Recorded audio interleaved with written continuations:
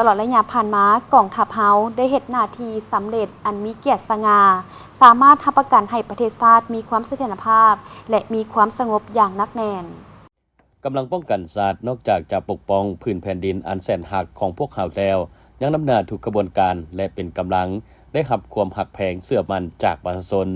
พลจัตวาสอนใสจัญญาราชคณะผักกระทรวงป้องกันประเทศหัวหน้ากรมพนักงานกรมใหญ่การเมืองกองทัพได้แสดงความรู้สึกต่อวันสร้างตั้งกองทัพประชาชนลาวครบรอบ77 ปีว่า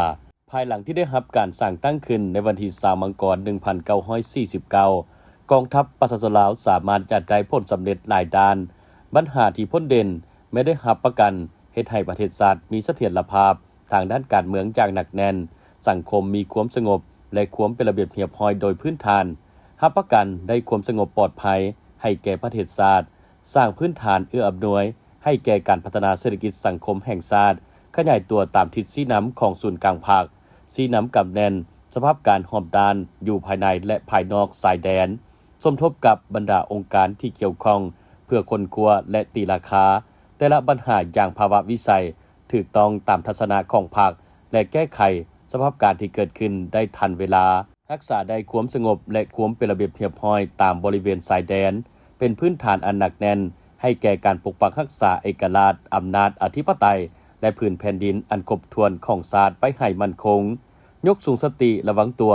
ในการเตรียมพร้อมสู้รบจัดตั้งเตรียมพร้อมทางด้านกำลังพาหนะสู้รบและรับประกันสู้รบของกองทัพเป็นกำลังหลักแรงในการช่วยเหลือและกอบกู้ภัยพิบัติทางธรรมชาติได้อย่างทันการโดยปฏิบัติตามแนวทางป้องกันชาติป้องกันความสงบทั่วปวงชนรอบด้านของภาคได้สุ่มใส่เวียกงานก่อสร้างรากฐานการเมืองพัฒนาชนบทรอบด้านและการสร้างท่าสนามสงครามประชาชนติดพันกับการพัฒนาชนบทอย่างแข็งแรงว่าได้ว่ากองทหารตั้งอยู่บนใดก็เฮ็ดหน้าที่ก่อสร้างรากฐานการเมืองปลุกระดมคนข่วยประชาชนและองค์การปกครองท้องถิ่นเข้าร่วมเฮ็ดหน้าที่ป้องกันชาติป้องกันความสงบอย่างกว้างขวางไปเคียงคู่กับการจัดตั้งกำลังเคลื่อนไหวแก้ไขนอแนงที่จะพาให้เกิดความบ่สงบเคลื่อนไหวกำเป้าหมายเลิกคือกำลังใต้ดินนักสืบสอดแนมการค้าขายเถื่อนการลักลอบขุดค้นทรัพยากรธรรมชาติการเข้าออกเมืองผิดกฎหมายการยกย้ายถิ่นฐานบ่ถูกต้องสั่งรวมแล้วตลอด77 ปีผ่านมาภายใต้การนำพาเด็ดขาดโดยกองทัพด้านของพรรคกองทัพประชาชนลาวยังเป็นกำลังหลักแรงให้แก่ภาครัฐรับประกันเฮ็ดให้ประเทศชาติมีเสถียรภาพทางด้านการเมืองสังคมมีความสงบกำลังประกอบอาวุธกองทัพประชาชนลาวได้รับการปรับปรุงก่อสร้างเติบใหญ่เข้มแข็งขึ้น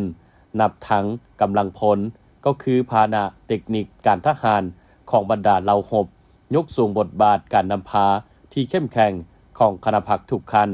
ตั้งหน้าปรับปรุงก่อสร้างกองทัพประชาชนลาวให้หนักแน่นเข้มแข็งและเป็นกองทัพปฏิวัติมีแบบแผนแหลมคมและทันสมัยเด็ดเดี่ยวรับประกันให้ประเทศชาติมีความสงบอย่างหนักแน่นสมเสยวันสร้างตั้งกองทัพประชาชนลาววันที่20มังกรครบรอบ77 ปีอย่างสุดใจ